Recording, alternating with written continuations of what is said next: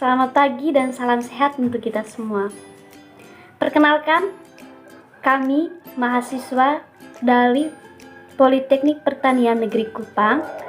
Nama saya Agnes Bowi Patriani dengan NIM 20238070003. Teman saya, Perkenalkan, nama saya Agnes Buku dengan NIM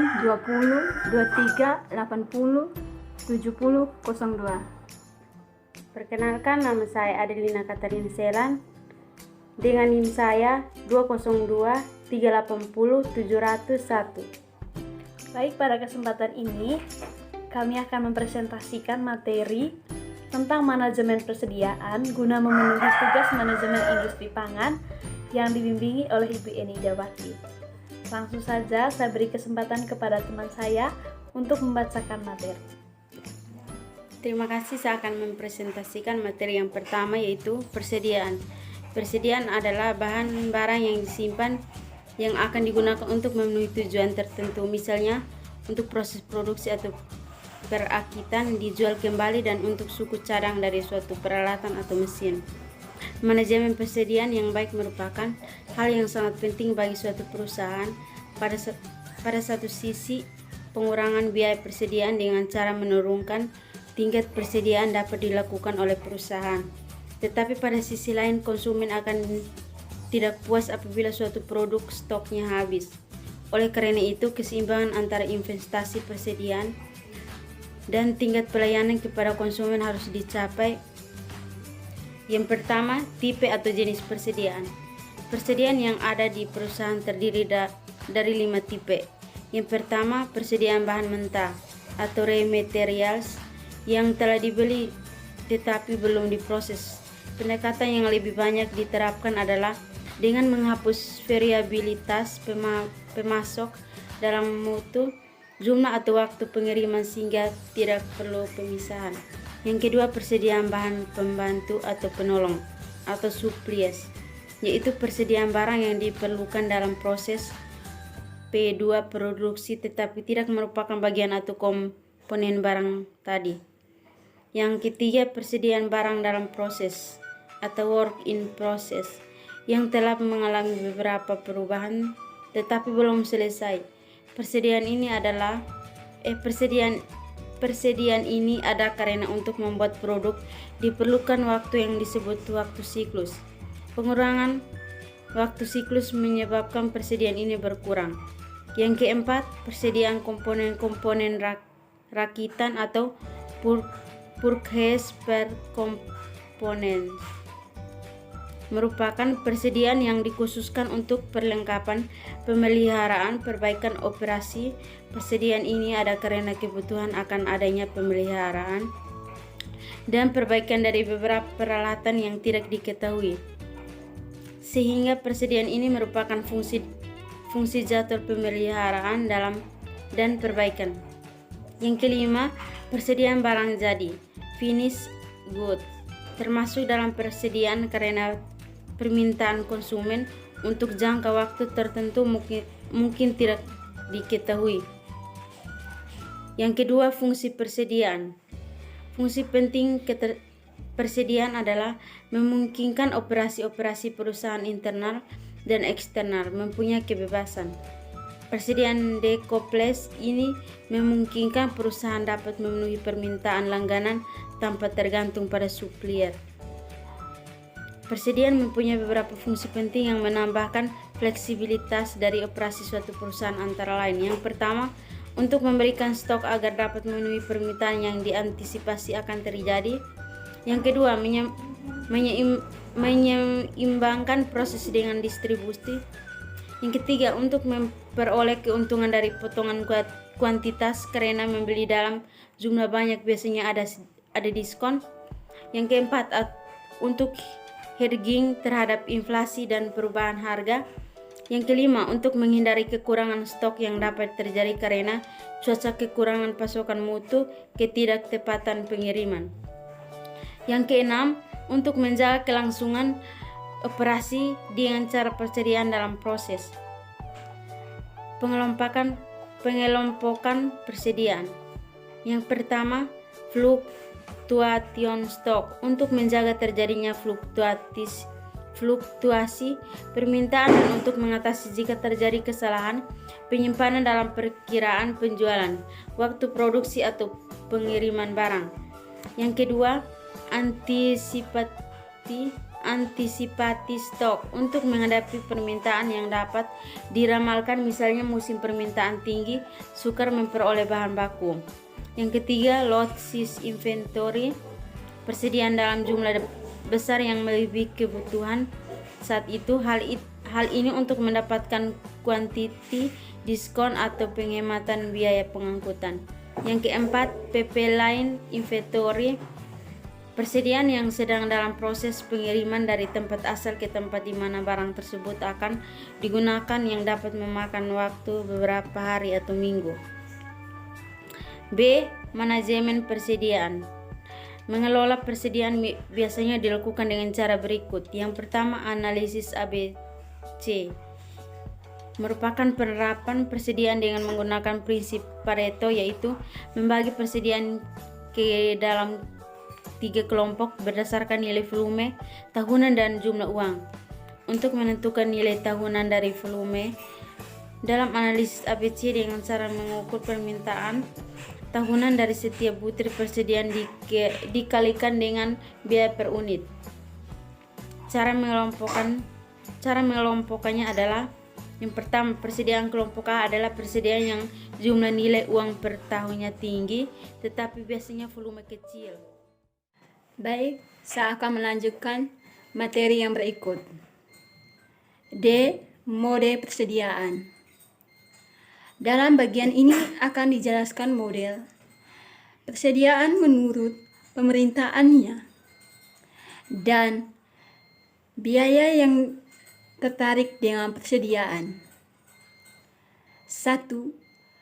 Permintaan independen dan dependen. Model pengambilan persediaan mengasumsikan bahwa pemerintah suatu produk bersifat dependen atau independen terhadap pemerintahan produk lainnya. Misalnya, pemerintahan televisi independen terhadap pemerintahan mesin cuci, akan tetapi pemerintahan televisi dependen terhadap kebutuhan produksi. Dari televisi, konsep pada bab 9 ini akan fokus pada persediaan untuk pemerintahan independen. Sedangkan persediaan untuk pemerintah independen akan dibahas pada bab lainnya. 2. Biaya persediaan. Biaya yang terkait dengan manajemen persediaan disebut biaya persediaan, yang biasanya terdiri dari A. Biaya penyimpanan, yaitu biaya yang berkaitan dengan penyimpanan atau penahanan carrying persediaan sepanjang waktu tertentu. Biaya ini mencakup biaya-biaya yang berkaitan dengan gudang seperti sewa, administrasi, gaji, pelaksanaan gudang, listrik, asuransi, penambahan staf, pembayaran bunga atau biaya modal. Kerusakan disebut biaya ini adalah variabel bila bervariasi dengan tingkat persediaan apabila biaya fasilitas penyimpanan dalam kurung gudang tutup kurung tidak variabel tetapi tetap, maka tidak dimasukkan dalam biaya penyimpanan per unit. B. Biaya pemesanan dalam kurung ordering cost yaitu biaya yang dikeluarkan sehubungan dengan kegiatan pemesanan bahan atau barang. Sejak dari penetapan, pemesanan sampai persediaan barang di gudang.